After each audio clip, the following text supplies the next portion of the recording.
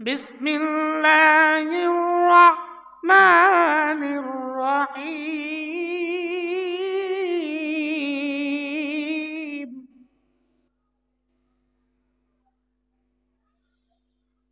يا أيها الذين آمنوا اتقوا الله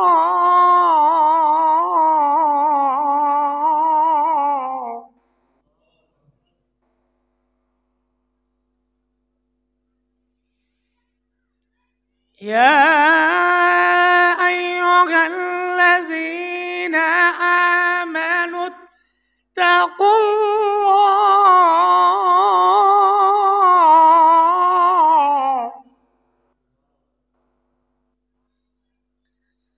اتقوا الله حق تقاته ولا تموتن إلا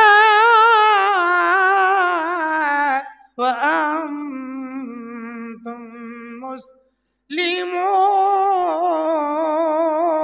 مسلمون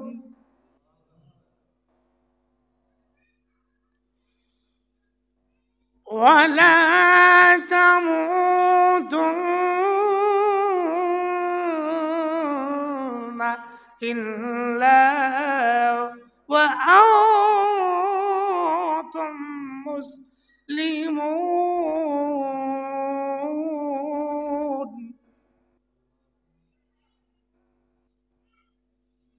إلا وأنتم مسلمون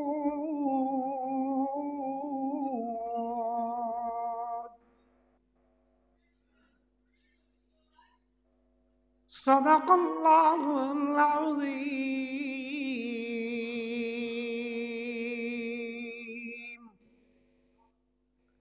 وقال رسول الله صلى الله عليه وسلم لا طاعة لمخلوق في معصية الخالق أو كما قال على النبي والصلاة والسلام وقال تعالى إن الله وملائكته يصلون على النبي يا أيها الذين آمنوا صلوا عليه وسلموا تسليما اللهم صل على محمد النبي الأمي وعلى آله وأصحابه وبارك وسلم الحمد لله কলতাপাড়া শ্যামপুর রহমানিয়া আহলে হাদিস জামি মসজিদ উদ্যোগে ৬ষ্ঠতম ওয়াজ দেওয়ার মাহফিলের আমার প্রাণপ্রিয় ইসলাম প্রিয় তাওহীদ প্রিয় কোরআনপন্থী কোরআনের প্রেমিক আল্লাহ তাআলার আশিকিন জাকিরিন মুহিব্বিন বান্দা পর্দার আড়ালে বসে থাকা আমার সম্মানিতা মা বোনেরা মহান রব্বুল আলামিনের দরবারে শুকরিয়া জানাই যে আল্লাহ তাআলা আমাদেরকে সুন্দর একটি মজলিসে আল্লাহ তাআলার ঘরে জান্নাতে একটি মজলিসে বসবার তৌফিক দিয়েছেন এই জন্য আমরা শুকরিয়া আদায় করি বলি আলহামদুলিল্লাহ আপনারা যেন মাহফিলটা করতে পেরেছেন বেজার না খুশি এই মাহফিল যে এলাকার হয় আল্লাহ তাআলা 40 দিন পর্যন্ত কবরের ভিতরে আল্লাহ রহমত বর্ষণ করতে থাকে আর যদি গান হইতো সব হইলেন একটা সব হইতো মাহফিলের সব কবরবাসীর ভিতরে আল্লাহ তাআলা পৌঁছে দিয়ে আমাদের আত্মীয় স্বজন যদি কবরে সুখে থাকে এর চেয়ে শান্তি কিছু আছে অনেকের মা বাবা চলে গেছে না কার কার মা বাবা নাই হাত উঠান তো মা বাবা কার কার নাই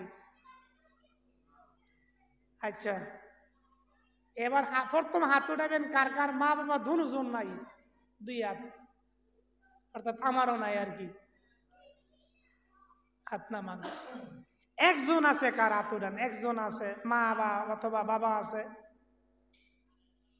একজন মা অথবা বাবা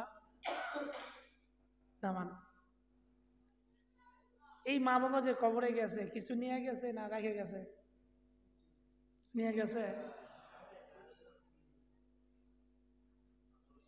আমরা আসতে পেরেছি, এই জন্য শুকরিয়া জানাইছি, বলি আলহামদুলিল্লাহ। এই যে মা বাবা কবরে চলে গেল, তারা কিছু নিয়ে গেছে? আমি আমার এই হাত দিয়ে আমি আমার মা বাবাকে কবরে রেখে আসছি।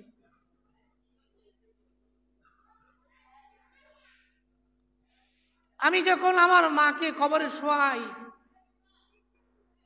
কাপড়টা খুলে দেন না মাথাটা, আমি দেখতেছি আমার মা আমার দিকে তাকায় বলে, বাবারে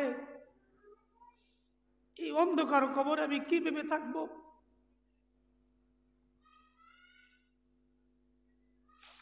তোদেরকে আমি বকি নিয়ে ঘুমাইছি, আজকে তোরা আমাকে কবরে একা রেখে যাবি? মা যেমন তাকায় তাকায় কথাগুলো বলতেছে। আজও মায়ের স্মৃতিটা মনে হলে কলিজাটা ফেটে যায়।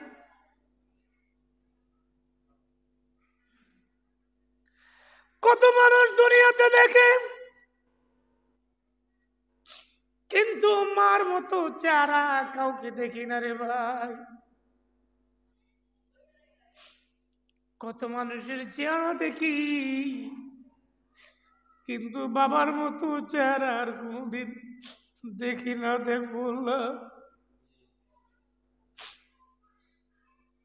যাদের চেহারা দেখলে গুনাহ মাফ, যাদের চেহারা দেখলে উমরা হাজিরের সওয়াব হয়, যাদের চেহারা দিকে তাকাইলে আল্লাহ রাব্বুল আলামিন খুশি হয়ে যায়, এই মানুষগুলারে চিরদিনের জন্য কবরে শুয়ে দিয়েছি।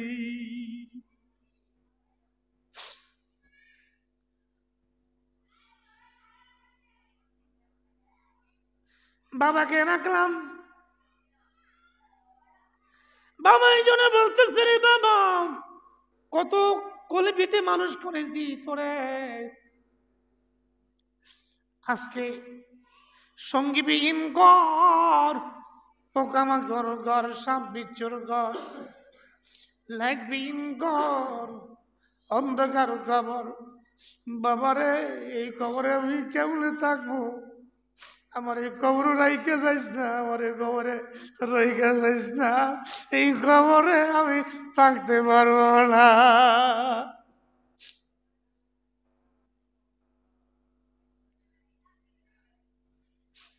বাবার কথা শুনছি,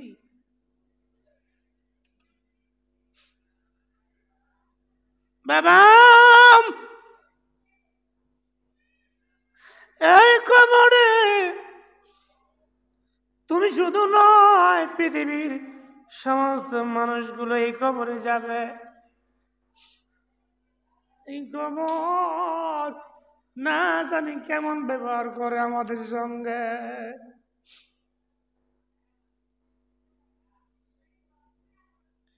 কেউ চেনে না কবর, মন্ত্রী চেনে না, এমপি চেনে না, প্রধানমন্ত্রী চেনে না। এই কবর চিনি শুধু আপনার আমল। আপনার আমল যদি ভালো হয়ে যায়, কবরটা জান্নাতের বাগান হয়ে যাবে। আমল যদি খারাপ, এই কবর ভিতরে জাহান্নামের গর্ত হয়ে যাবে। قال رسول الله صلى الله عليه وسلم إن القبور روضة من رياض الجنة أو حفرة من حفر النار।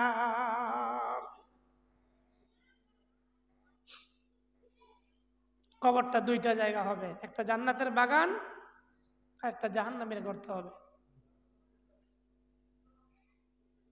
আসছো খালি যাবা খালি, আসছো খালি যাবা খালি, সঙ্গে নিবা কি? সঙ্গে যাবে দুটি নাম আল্লাহর নবী, সঙ্গে যাবে দুটি নাম আল্লাহর নবী। সঙ্গে কি যাবে? বাড়িঘর যাবে? টাকা পয়সা যাবে?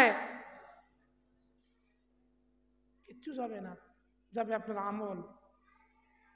আমল যদি ভালো হয়, কবর জান্নাতের বাগান। আমল যদি খারাপ হয়, কবর জাহান্নামের গর্ত হয়ে যাবে। এই জন্য আমি যে আয়াতে কারিমা তেলাওয়াত করেছি, 4 পারা 2 নম্বর পৃষ্ঠা। ইয়া আইয়ুহাল্লাযীনা আমানু তাকুল্লাহা হাক্কা তুকাতিহি ওয়া লা তামুতুন্না ইল্লা ওয়া আনতুম মুসলিমুন।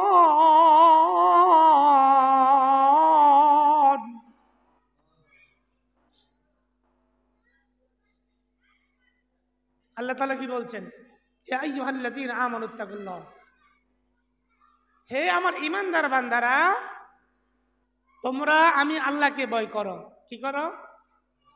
আল্লাহকে ভয় করো। হাক্কা তুকাতিহি, শুধু ভয় করলে চলবে না, ভয় করার মতো ভয় করো। ভয় করার মতো। ইয়া আইয়ুহাল্লাযীনা আমানু তাকুল্লাহ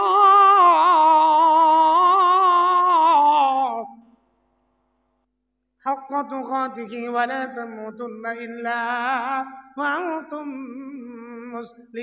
মুসলিমুন। আমার ভাইরা, আমার বন্ধুরা, আল্লাহ রাব্বুল আলামিন বান্দাদেরকে ডাক দিয়ে বলে, বান্দারা, হে আমার আদরের বান্দারা, হে আমার প্রিয় বান্দারা, তোমরা আমাকে ভয় করো।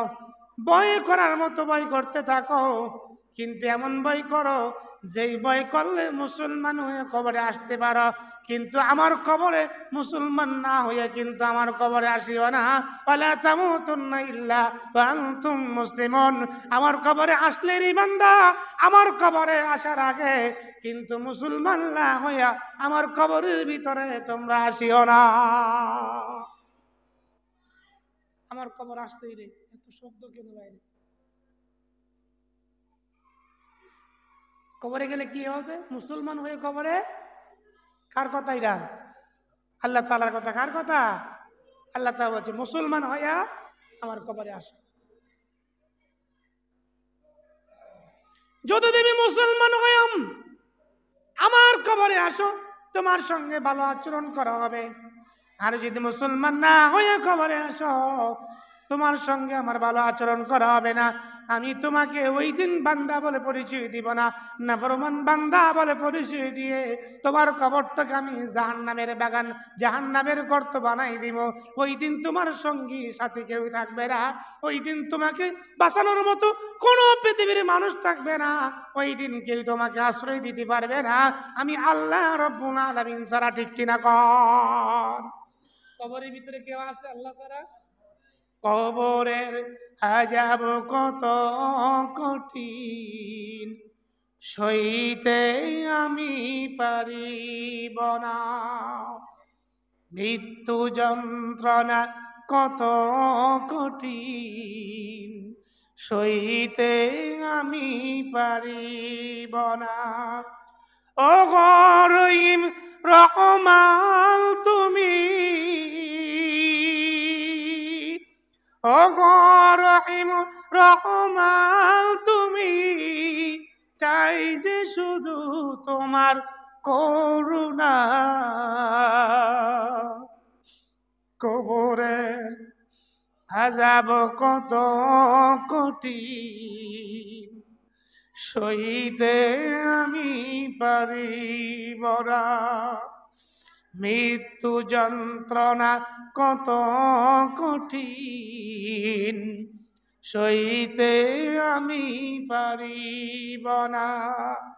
ও রহিম রহমান তুমি,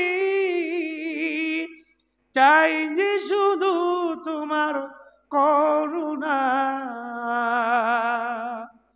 মৃত্যু যন্ত্রণা কত কঠিন,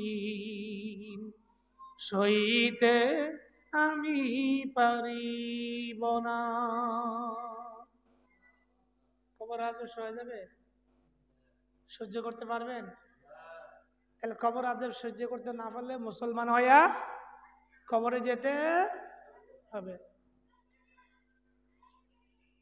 আল্লাহ রাব্বুল আলামিন বলছেন সূরা মুলকের ভিতরে, আল্লাযী খালাকাল মাউতা ওয়াল হায়াতা লিয়াবলুয়াকুম আইয়ুকুম আহসানু আমালা ওয়া হুয়াল আজিজুল গফুর।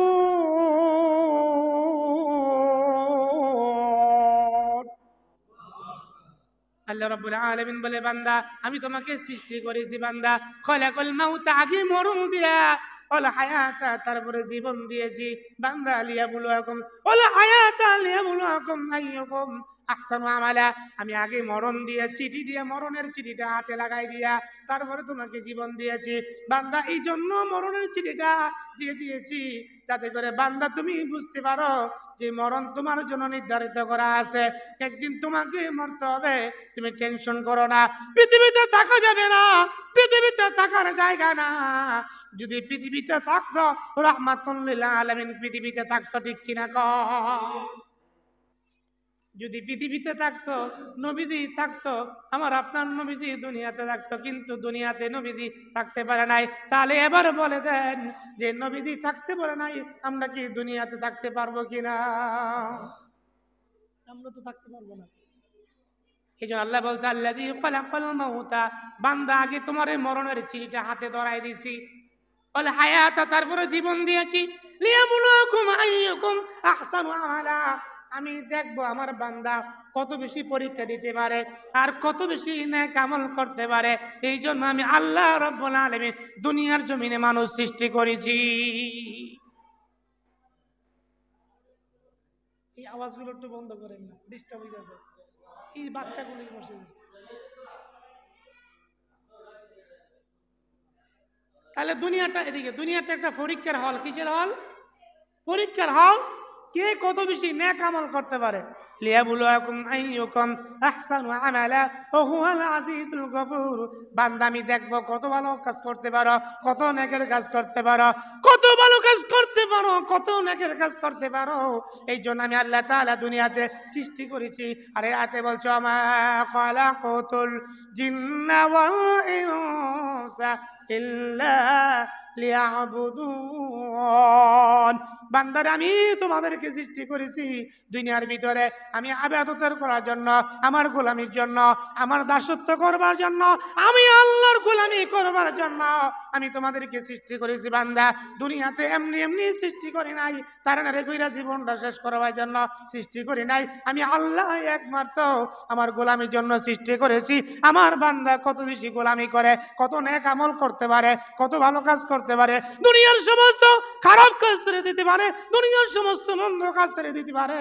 আমি আল্লাহ তাআলা আমার বান্দাগুলোকে এই জন্য নেক কাজ করার জন্য, পরীক্ষা নেওয়ার জন্য, পরীক্ষা দেওয়ার জন্য আমার বান্দাগুলোকে আমি আল্লাহ দুনিয়া সৃষ্টি করেছি। আমার বান্দা যখন দুনিয়া থেকে ভালো কাজ করে আসবে, আমার বান্দা যখন দুনিয়াতে মন্দ কাজ ছেড়ে দিবে, হারাম কাজগুলো ছেড়ে দিবে, আমার বান্দা যখন আমাকে ভয় করার মতো ভয় করবে, আমার বান্দা যখন মুসলমান হয়ে আমার কবরে আসবে, আমি আল্লাহ তাআলা আমার বান্দা আসার সঙ্গে সঙ্গে আমি আল্লাহ রাব্বুল আলামিন আমার বান্দার কবরটা জান্নাতের বাগান বানাই দিব। পৃথিবীর সবাই দেখবেন এটা একটা মাটির ঘর, এমন জীবন করুণে গঠন, মরণে হাসিবি তুমি, কাঁদিবে ভুবন।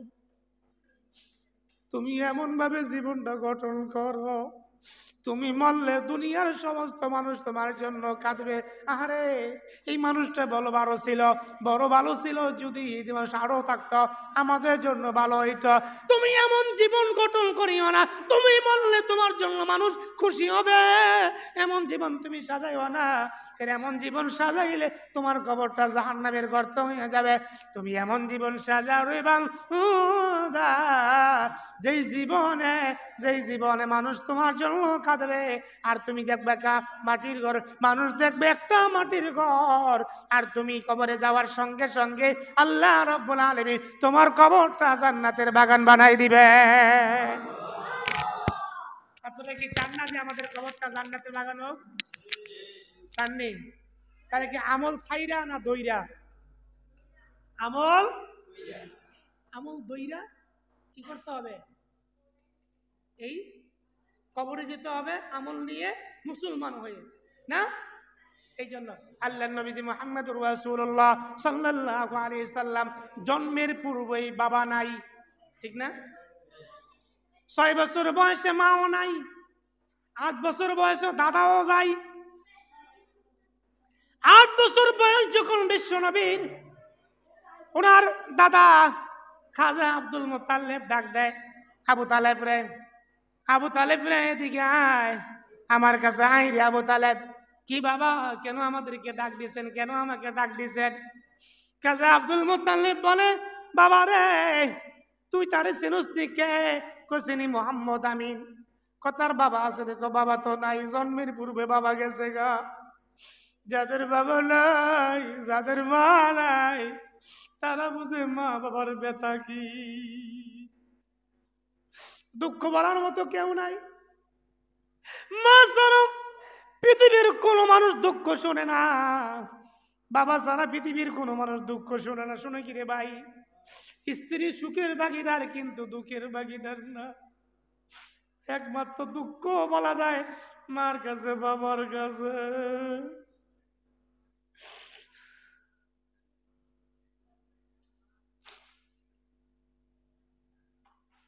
ভিতরে ব্যথা, শুনবার মানুষ নাই। আর যদি মা থাকতো, বাবা থাকতো, বসে বসে বলতাম, মা আমি এমন কষ্টে আছি মা, তুমি আমার জন্য আল্লাহর দরবারে একটু দোয়া করো।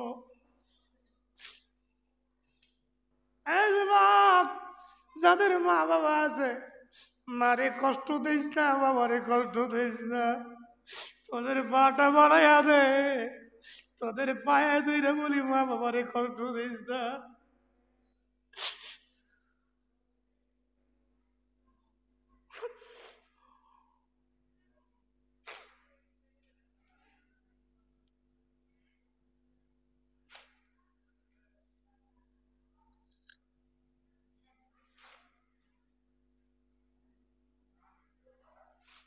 এই পৃথিবীতে মা বাবার চেয়ে আপন কেউ আছে ভাই? কেউ নাই। স্ত্রী সুখের ভাগিদার, সন্তান সুখের ভাগিদার, দুঃখের ভাগিদার জনম দুঃখেরই মা।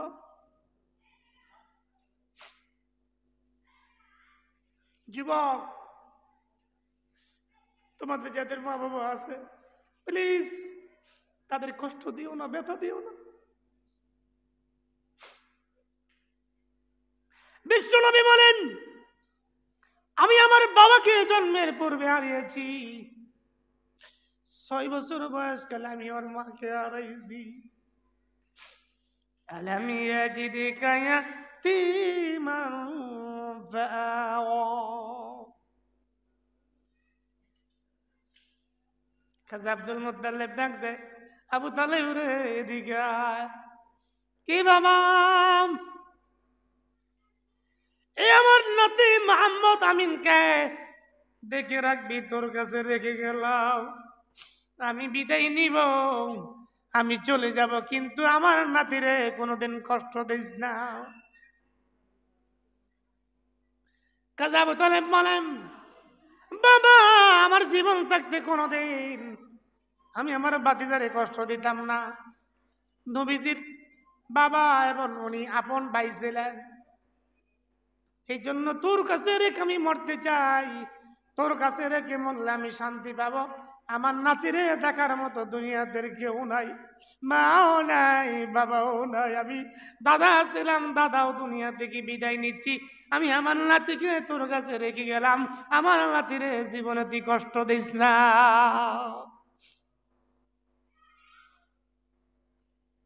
লম্বা ঘটনা। নবীজির বয়স যখন 12 বছর, তখন কয়, ভাতিজা রে তো কিছু একটা কাজ কাম কর, লেখাপড়া করস নাই, একটু কাজ কাম কর। হ্যাঁ, এবার আপনারা বলেন, বিশ্বনবীর চেয়ে জ্ঞানী আর দুনিয়াতে কেউ আছে? ওরা জানতো, লেখাপড়া করে নাই, এটা কাজ কর। কি কাজ করবি? মক্কা নগরীতে খাদিজা নামে একজন মহিলা আছে, মহিলা অনেক ধনাত্ম, আয় তার বাড়িতে যায়, গিয়ে দিই কোনো কাজ টাজ আছে কি না। আবু তালেব গেছে, যাওয়ার পরে খাদিজা বলে, এত সম্মানী ব্যক্তির, হ্যাঁ সম্মানী ব্যক্তি, সম্মানী বংশের মানুষ আমার দরবারে কি কেন আসছেন? তুমি তো জানো আমার একটা ভাতিজা আছে, কোনো কাজটাজ থাকলে তুমি দেও। কি কাজ করব, কি পারে? আমার ভাতিজা লেখাপড়া করে না, যা তো তাই করবো। আমার রাখালি কাজ আছে, রাখালি কাজ করবো নি। তাহলে আমি ভাতিজারে জিগাই, গিয়া দূরে গাছের নিচে দাঁড় করা থুয়ে দিছে। জিগে ভাতিজা রে, রাখালি কাজ করতে পারবি নি? আমার মুন্ডা চায় রাখালি কাজ করতাম। সুবহানাল্লাহ কইতেন না? আল্লাহ তাআলা নবুয়ত দেওয়ার আগে প্রত্যেকটা নবীকে রাখালি কাজ করাইছে। কারণ রাখালি কাজের ভিতরে একটা ধৈর্য লাগে। কি লাগে? দেখবে বলা ছাগল একটা জায়গায় হেদিকে, একটা জায়গায় হেদিকে, আরেকটা জায়গায় হেদিকে, আরেকটা জায়গায় হেদিকে, হ্যাঁ টুয়াইতে টুয়াইতে হ্যাঁ জি দুইটা বলে, ঠিক কিনা? এই জন্য আল্লাহ তাআলা নবী গো এই ছাগল পালাইয়া রাখালি কাজ করে ধৈর্য পরীক্ষা করছে, তারপরে নবুয়ত দিছে, তারপরে তারা নবী হয়েছে। আমার কাছে পছন্দ হয়েছে, রাখবো। আবার আইছে খাদিজা, কি আমার ভাতিজা রাজি হয়েছে। এবার খাদিজা বলে বারবার আপনি আসেন, আপনার ভাতিজারে নিয়ে আসতে পারেন না? আপনার কোন ভাতিজা? ওই যে মোহাম্মদ। মোহাম্মদ আমিন চিনে না, মক্কা নগরী তেমন কোনো মানুষ নাই, জোরে বলেন সুবহানাল্লাহ। মোহাম্মদ আমিন মক্কা নগরী তেমন কোনো মানুষ নাই, চিনে না। হ্যাঁ ওই কাজ করলো, তাই নাকি? আপনি ভাতিজা নিয়ে আসেন দেখি। আসছে, চাকরি করছে। খাদিজা বলে ইতিহাসের ভিতরে আসছে, হাদিসের ভিতরে আসছে, মানুষ যখন রাখালি কাজ করে, একটা বকরি খায়ালায়, বাঘে আরেকটা হারান যায়, দুইটা জায়গা তিনটা হারান যায়, চারটা খায়ালায়। কিন্তু যতদিন মোহাম্মদ আমিন আমার বকরিগুলো কাজ করছে, রাখালি করছে, কিন্তু একটা বকরিও কোনোদিন নষ্ট এবার হারানো যায় না। আমানতদার ছিল, ঠিক কিনা? অন্য অন্য মালিকরা দিই, আমার লোকেরা একটা নিজে গা তিনটা খায়া লাইছে, আরেকটা ভাই না। মোহাম্মদ আমিন কোনোদিন বলে নাই যে আমার একটা বকরি আছে হারানো গেছে, বাঘে খেয়ে লাইছে। এমন দায়িত্বশীল ছিলেন, আমানতদার ছিলেন বিশ্বনবী মুহাম্মদুর রাসূলুল্লাহ সাল্লাল্লাহু আলাইহি ওয়াসাল্লাম। উনি আস্তে আস্তে পদোন্নতি দিতে উনি একবারে ম্যানেজার, একবারে বড় দায়িত্ব পেয়েছে ব্যবসার খাদিজার। এখন নবীজির বয়স 25, কত বয়স? কত? খাদিজার বয়স 40, কত? 40। এখন খাদিজা মনে মনে ভাবতাছে, খাদিজার এই নবীজির বিবাহের পূর্বে 2 জায়গায় বিবাহ হয়েছে। কয় জায়গায়? 2 জায়গায় বিবাহ হয়েছে। 2 জায়গায় বিবাহের পরে উনি নিয়ত করছে জীবনে আর কোনোদিন বিবাহ বসবে না, দুনো স্বামী মারা গেছে, আর বিবাহ আসবে এই নিয়ত করছে। কিন্তু মুহাম্মদ আমিনের চরিত্র দেখা, উনার চরিত্র দেখা উনি দেখতে পাচ্ছে মুহাম্মদ আমিন যখন রাস্তা দিয়ে হাঁটে, উনার উপর দিয়া আল্লাহর কুদরতি ছায়া, মেঘের একটা খণ্ড উনারে ছায়া দিতে থাকে।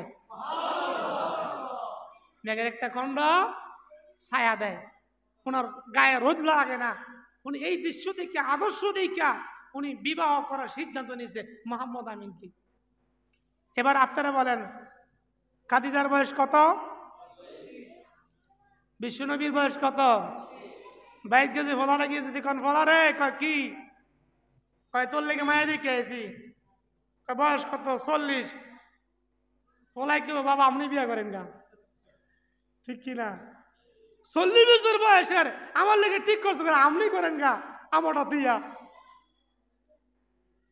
বিশ্বনবী খাদিজা একটা মহিলা দিয়ে প্রস্তাব দেওয়া হইতেছে, সরাসরি দিলে শরম না?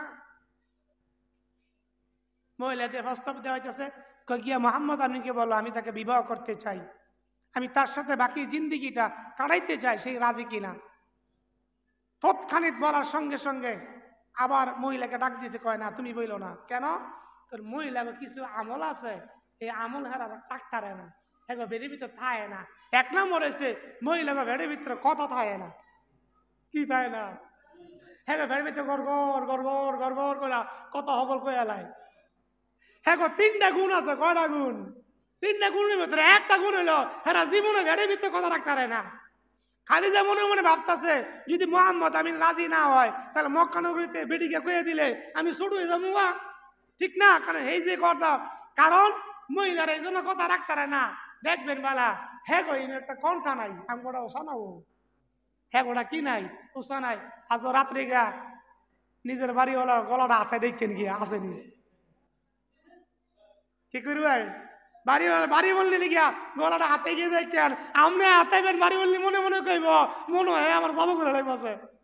আমার গলা তাই কানো, কারণ যুগ যেভাবে চলছে, স্ত্রী স্বামীরে মারে, স্বামী স্ত্রীরে মানে, একটা পশু মারতে মায়া হয়, কিন্তু মানুষ মানুষকে মারতে মায়া হয় না, ঠিক কিনা কয়? একটা পশু জবাই করতে মায়া লাগে, কিন্তু মানুষ মানুষকে জবাই করতে মায়া লাগে না। মহিলাদের একটা গুণ হয়েছে, হ্যাঁ জীবনে ভেড়ে ভিতরে কথা রাখতে পারে না। আর দ্বিতীয় হইলো, উই যে বাসর রাইতে বুড়া বেড়াই কি কইছে, হেডা এমন মনে আছে, হেডা এমন কি এমন মনে আছে, এই গুণটা আছে, কারণ হ্যাঁ কোথায় কণ্ঠা নাই। যারা বিয়ে করে নাই হেরা বাড়ি আরেক বেটি কণ্ঠা কি আতায় বানাবা, ওরা কিল্লি গেলাম গিয়ে গেলাম গাইবা।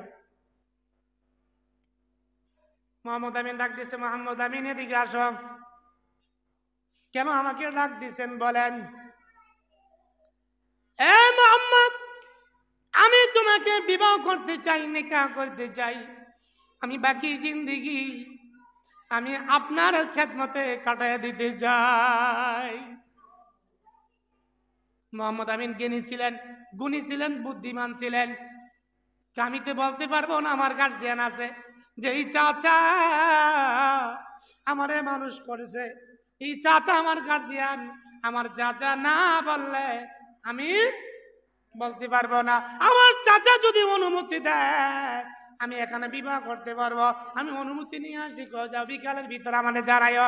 বিশ্বনবী চলে গেলেন চাচার কাছে, গিয়ে বলে, চাচা আমার তো খাদিজা বিবাহের প্রস্তাব দিছে, আমি বিবাহ করবো কিনা? তুমি কি বলছো? আমি কি আপনার অনুমতি ছাড়া বিবাহ করবো নি?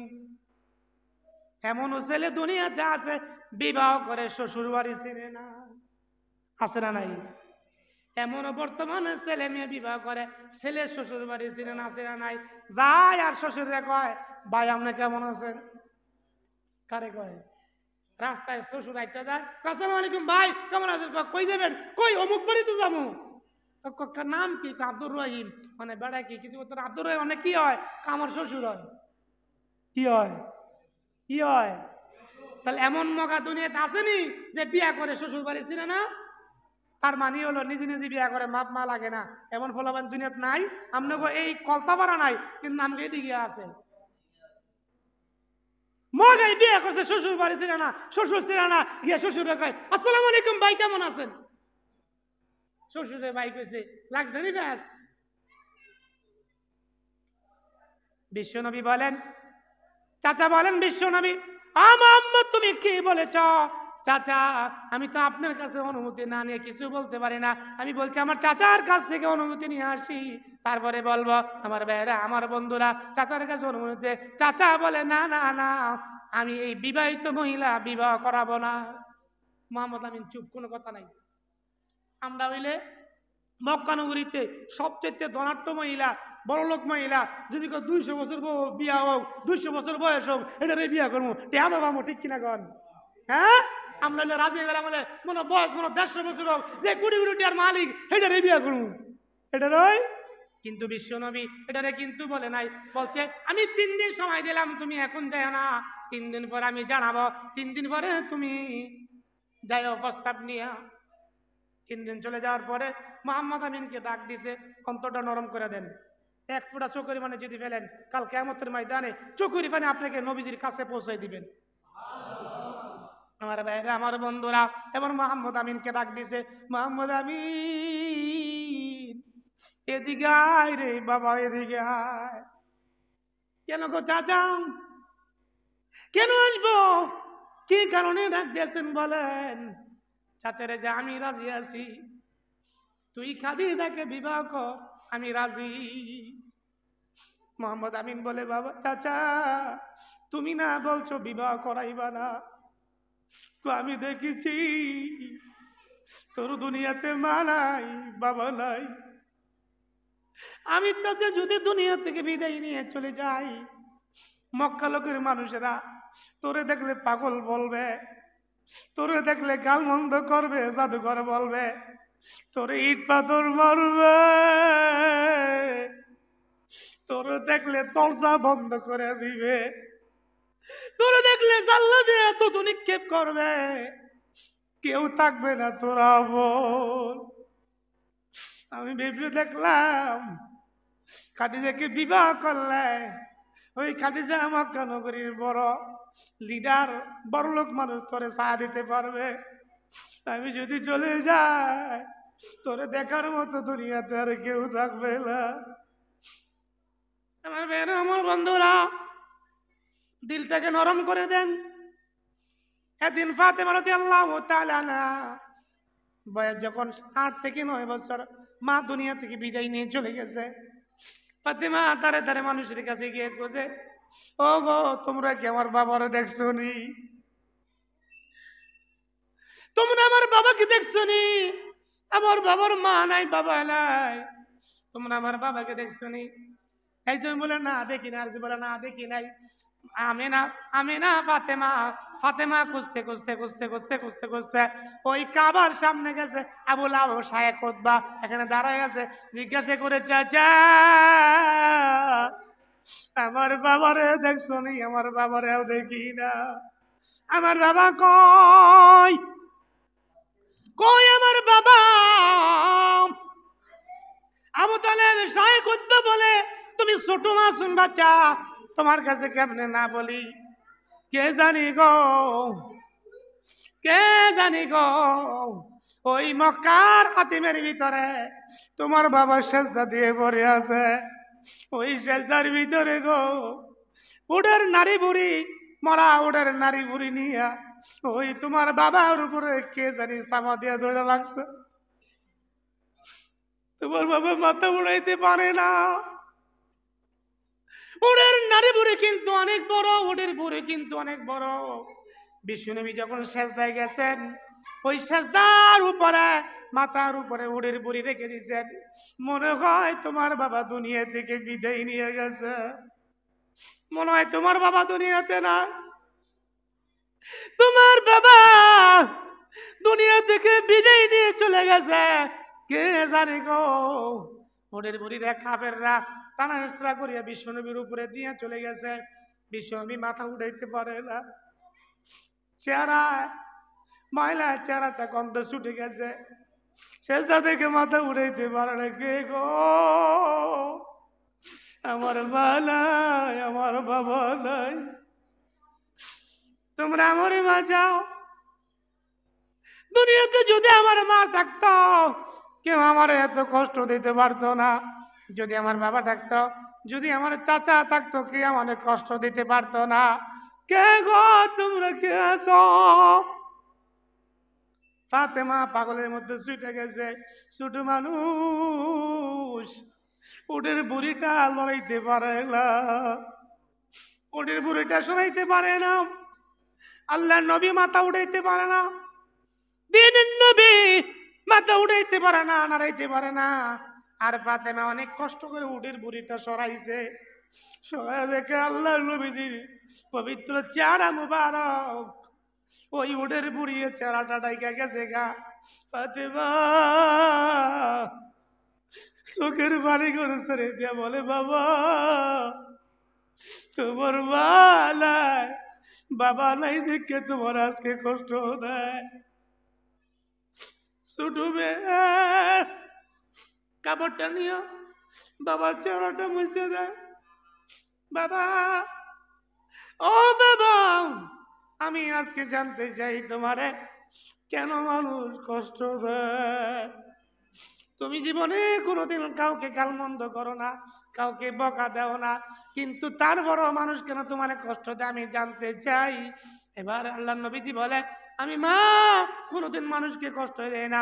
আমি শুধু একটা কথা বলি, ইল্লা আইয়াকুলু রাব্বুনাল্লাহ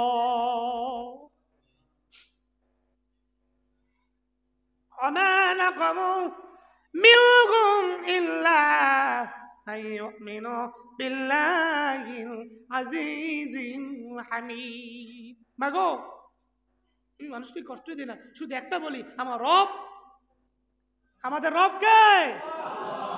শুধু বলি মা ইল্লা আইয়াকুলু রাব্বুনাল্লাহ, মাগো শুধু বলি তো আমাদের রব আল্লাহ, আমার আর কোনো অপরাধ নাই।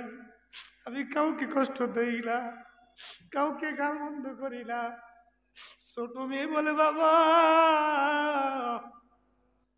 এই জন্য কি তোমার এত কষ্ট দেয়নি? কখায় মা কষ্ট দেয় জন্য? বাবা আমি দোয়া করবা তোরে, তুমি আমিন বলবানি বলো। তো কি গো মা, তুমি কি দোয়া করবা বলো? এবার দুইটা হাত বাড়ায় বলছে, আল্লাহ গো, আমার বাবারে যারা কষ্ট দেয় তুমি তাদের বিচার করিও।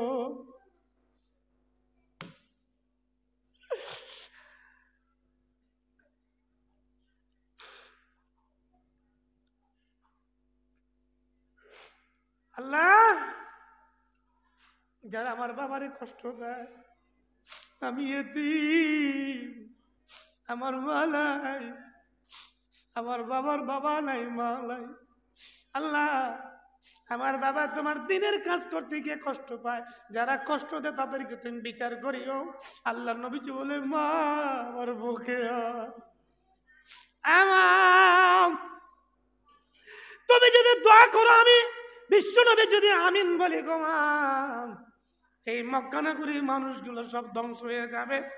মা গো, যদি ধ্বংস হয়ে যায় আমি কারে কালমার দাওয়াত দিব, আমি কারে মুসলমান বানাবো?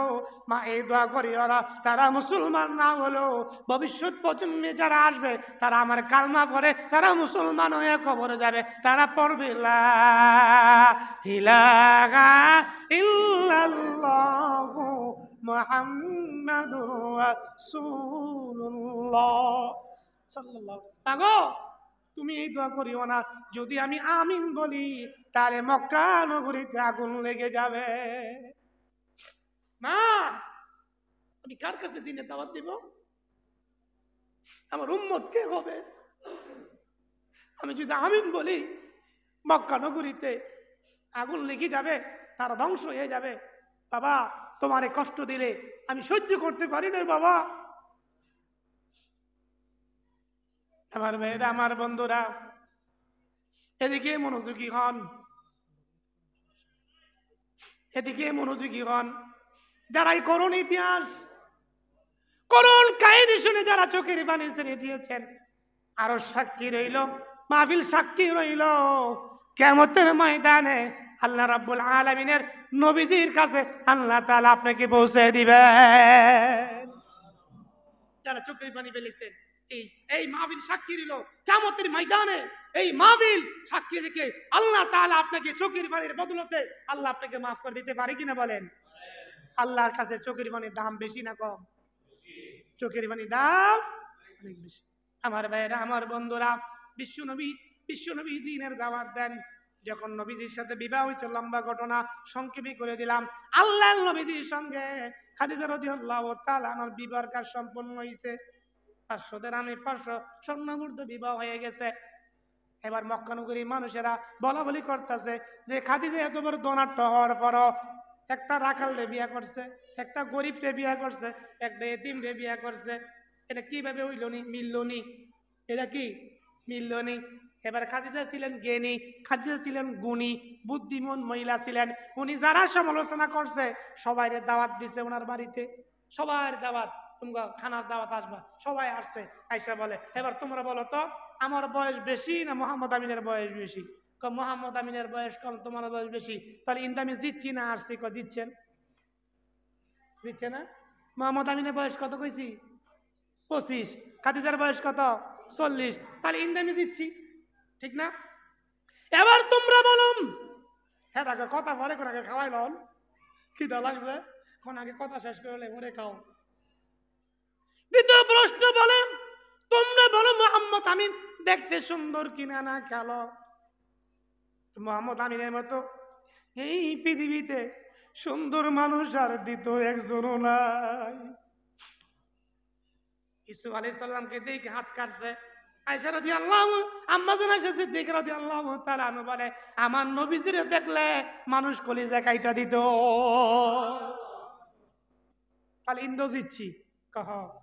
তাহলে একদিক দিয়ে তো ওনার টাকা নাই, আমার টাকা আছে নাকি কহ? তাহলে এখন তোমরা সবাই সাক্ষী থাকো, কি থাকো?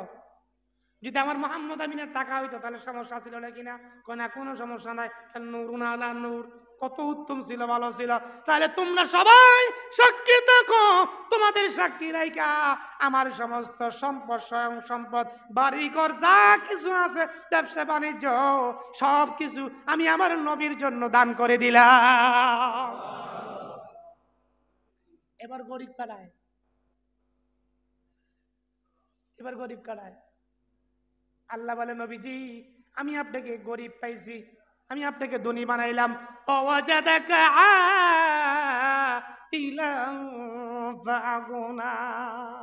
নবীজি আপনি গরিব ছিলেন, এতিম ছিলেন, আপনার টাকা ছিল না, পয়সা ছিল না, আমি আপনাকে ধনী বানায় দিছি। খেলাকার আল্লাহকে, নবীজি আমি আপনাকে ধনী বানাই দিছি।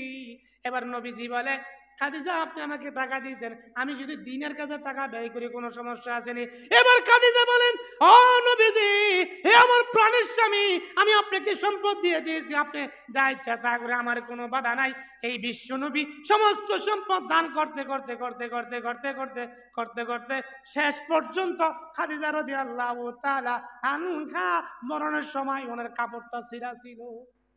উনি ঠিক মতন খাওয়ান পায় নাই, ঠিক মতন খাবার খায় নাই, উদুর পেট ভরে কোনোদিন খাবার খেতে পারে নাই, খাবারটা ছিঁড়া ছিল। প্রচন্ড জ্বর, লম্বা কোটা সংক্ষেপে করে দিলাম, প্রচন্ড জ্বর। নবীজি আসছে, কি হয়েছে স্বামী গো? প্রচন্ড জ্বর, গায়ে হাত দিছে। কি ইয়া রাসূলুল্লাহ, ইয়া হাবিবাল্লাহ, আপনি যে হাত দিছেন, আপনার হাত পেয়ে, আপনার হাত লাগার সঙ্গে সঙ্গে আমি সুস্থ হয়ে গেছি। সাথে খাদিজা কাঁদেন, চোখের পানি ফেলে কাঁদতেছেন। খাদিজা আপনি কেন কাঁদেন? নবী গো, আমি কান্নার দুইটা কারণ। কি বলেন? আমি দুইটা জিনিস আপনার কাছে চাইবো, দিবেননি? আল্লাহ নবীজি বলে, খাদিজা গো, আপনার সমস্ত সম্পদ আমারে দিয়ে দিয়েছেন, আমি দিনের রাস্তায় ব্যয় করছি, আপনি একটা দিন আমার জিজ্ঞাসা করেন নাই। আজকে আমার কাছে দুইটা জিনিস চান, চাই, দিবেন কিনা বলেন? চাও, আমি দেবার চেষ্টা করব। নবীজি আমার তো জ্বর, আমি চলে যেতে পারি যে কোনো মুহূর্তে, আমি কবরে যেতে পারি। যখন মালাকুল মউত চলে আসছে, মনে হয় আমি বেশি দিন বাঁচবো না। নবীজি আমি যদি চলে যাই, আপনার একটা চাদর বা মতান্তর, আপনার একটা জামা দিয়া আমারে আপনি দাফন করে দিয়ে।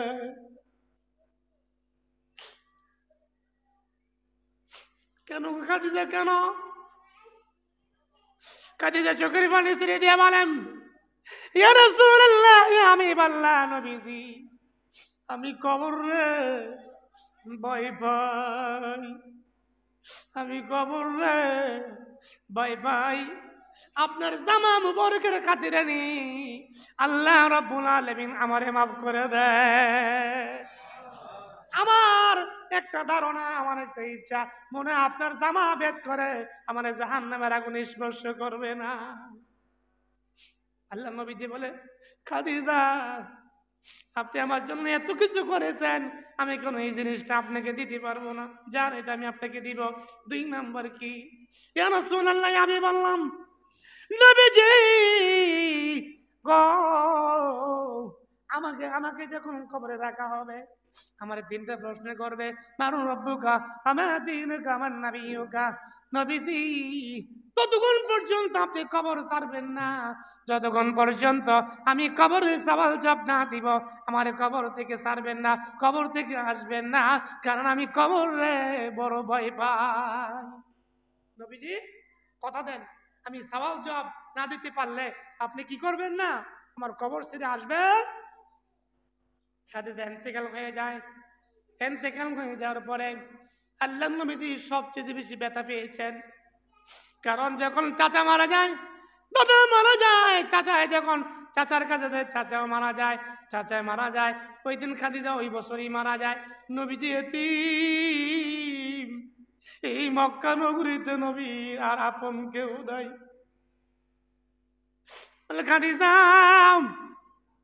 তোমার চেয়ে আপন মুখ কেন করিতে আমার কেউ নাই, আর কেউ রইল না, তুমি যদি চলে যাও যাও তোমার কথাগুলো আমি রাখবো। খাদিজা ইন্তেকাল হয়ে যায়, নবীজির কাপড় দিয়ে দাফন করে, কাফন পড়াইয়া দাফন করে দেয়, কিন্তু কবর ছাড়ে না, কবর ছাড়ে না, কবর দাঁড়ায় রয়েছে। আল্লাহ তাআলা জিবরাইল পাঠাই দিয়ে বলে, জিবরাইল যারে জিবরাইল জামাল নবীরে সালাম জানা। কি গো নবীজি আপনি কেন কবরে দাঁড়ায় রয়েছেন, কেন কবরে বসে রয়েছেন? মতান্তরে আসছে, উনি কবরে এভাবে হাত দিয়া শুয়ে রয়েছে, বসে রয়েছে, যাতে করে ফাতেমা খাদিজার কবরের ভিতরে আযাব না হয়। সালাম জানাইছে, ইয়া রাসূলুল্লাহ ইয়া হাবিবাল্লাহ আপনি কেন কবরের পাশে বসে আছেন বলেন। আল্লাহর নবীজি বলে, জিবরাইল রে, ও জিবরাইল আমি আমার খাদিজার সঙ্গে কথা দিছি রে, কবরের সওয়াল জবাব না হওয়া পর্যন্ত আমি কবর ছাড়ব না। তুমি যাও আল্লাহকে বলো আমি কবর ছাড়ব না। আল্লাহ তাআলা জিবরাইলকে পাঠিয়ে দিয়ে বলে, জিবরাইল আমার বন্ধুরে বল বাড়িতে চলে যেতে। আমার বন্ধুর প্রতি যেমন, আমার বন্ধু যেমন খাদিজার প্রতি খুশি হয়ে গেছে, রাজি হয়ে গেছে, আমি আল্লাহ রাব্বুল আলামিন আমি আমার খাদিজার প্রতি রাজি এবং খুশি। যাও গিয়ে বলো আমি আমার খাদিজার জবাব আমি আল্লাহ নিজেই দিয়া দিলাম। কবর ছেড়ে দিতে বলো, আমার খাদিজা আমার বন্ধু যেমন খুশি সন্তুষ্ট, আমি আল্লাহ খুশি, আমার খাদিজার প্রতি সন্তুষ্ট। আমার আয়াত কি, ইয়া আইয়ুহাল্লাযীনা আমানুত্তাকুল্লাহা হাক্কা তুকাতিহি ওয়া লা তামুতুন্না ইল্লা ওয়া আনতুম মুসলিমুন।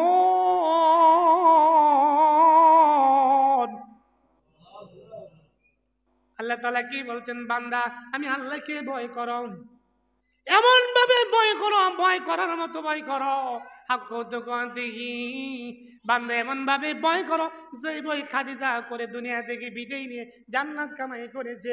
আর তৃতীয় সর্বশেষ কথা হইল, ওয়ালা তামুতুন্না ইল্লা ওয়া আনতুম মুসলিমুন। সর্বশেষ কথা, আলোচনা শেষ। জীবনে কোনোদিন আর দেখা হয় কিনা এই কলতাফার মানুষের সঙ্গে হৃদয় থেকে চোখের পানি ছেড়ে দিয়ে কথাগুলো বলে গেলাম, ওয়ালা তামুতুন্না ইল্লা ওয়া আনতুম মুসলিমুন। মুসলমান না হইয়া কবরে যায়েন না। এই খবর কাউকে চিনেন, কাউকে চিনে? কবরের সাথে কারো খেডাম চলবে, বাহাদুরি চলবে? চলবে না। মুসলমান হয়ে কবরে যেতে হবে। রাজি আছেন তো ইনশাআল্লাহ? কে কে মুসলমান হয়ে কবরে যাবেন হাত উঠে আল্লাহকে দেখান। নারে তাকবীর, নারে তাকবীর। হাত নামান। অনেকে কেঁদেছেন, আমি দেখেছি, চোখের পানি মুছতেছেন। এই চোখের পানি কাল কিয়ামতের ময়দানে নাজাতের জড়িয়ে হয়ে যাক। সকল বলে আমিন। আমরা একটা আজকে আমার আলোচনা বিষয়বস্তু এটাই ছিল, মুসলমান হয়ে কি যাওয়া? কবরে যাওয়া। মুসলমান হয়ে কবরে যাওয়া। মুসলমান হয়ে কবরে যাবেন, দুনিয়ার কোনো কিছু থাকবে না। আসো খালি যাবা খালি, আসো খালি যাবা খালি, সঙ্গে যাবে কি? সঙ্গে যাবে দুটি নাম আল্লাহর নবী, সঙ্গে যাবে দুটি নাম আল্লাহর নবী। তারে নারে কইরা কইরা, তারে নারে কইরা কইরা জীবন কাটাইলাম। আমরা সবাই জান্নাতেরই পথ হারাইলাম, আমরা সবাই জান্নাতেরই পথ হারাইলাম। কি করলাম রে, কি করলাম রে, কি করলাম? সোনার যৌবন হেলায় খেলায় খোয়াইলাম, সোনার যৌবন হেলায় খেলায় খোয়াইলাম। ঠিক কিনা কন? হেলায় খেলায় কত জীবন নষ্ট করেছেন, এটা জবাব কি দিবেন আল্লাহ রাতালাতে? আল্লাহ যেন বলে, ও মায়াজুরুল মারুমা কদ্দামাত ইয়াদাহু ওয়া ইয়াকুল। আল্লাহ একটা আমলনামা ধরাই দিবে, আব্দুর রহিম, আব্দুল কুদ্দুস নে বল, নে তোর আমলনামা দুই হাতে ধরাই দিবি। তখন কি করবেন? আবার কোনোদিন সময় সুযোগ পেলে লম্বা আলোচনা করবো, আরো লম্বা আলোচনা। হ্যাঁ, আমলনামা আল্লাহ যে ধরাই দিব তখন কি ভয়াবহ অবস্থা হবে। হ্যাঁ, আরেকদিন সুযোগ পেলে করব। এই জন্য আমার ভাইরা, আমার বন্ধুরা, আল্লাহ তাআলা আমলনামা ধরাই দিয়ে বলবে, ইকরা কিতাবাকা কাফা বিনাফসিকাল ইয়াওমা আলাইকা হাসিবা। ও বান্দা, আমার আদরের বান্দা, আমার আমার আমার সবচেয়ে প্রিয় বান্দা, নে তোর আমল নামাটা পড়তে থাক, তোর কিতাবের ভিতরে কি লেখা আছে, তোর বইয়ের ভিতরে কি লেখা আছে। তখন কি পড়বেন ওই দিন? ভালো হইলে ফারিকুন ফিল জান্নাহ ওয়া ফারিকুন ফিস সাইর, একটা পথ জান্নাতের, আরেকটা পথ জাহান্নামের, একটা ডান দিকে আরেকটা বাম দিকে। বাবা কইছে ডান দিকে যা, বাম দিকে যাইস না, বাম দিকে বাঘ আছে, ছেলে হুডানি করে বাম দিকে গেছে, বিপদ আইছেনি। এবার আল্লাহ রাব্বুল আলামিন বলছে বান্দা ফারিকুন ফিল জান্নাহ ওয়া ফারিকুন ফিস সাইর, একটা পথ জান্নাতের আরেকটা পথ জাহান্নামের। বান্দা আমার জাহান্নামের আযাব সহ্য করতে পারবি না। فإن الجحيم هي المأوى إلا حميما وغساقا فلولا إذا بلغت الحلقوم لآكلون من شجر من زقوم وما أدراك ما هي نار حامية। সব জাহান্নামের কথা পারবেন সহ্য করতে? ফালাউলা ইযা বালাগাতিল হুলকুম, কাঁটাযুক্ত যখন একটা ফল দিব, খাইতে পারবেন? আযাব কি সহ্য করতে পারবেন? যদি সহ্য করতে পারেন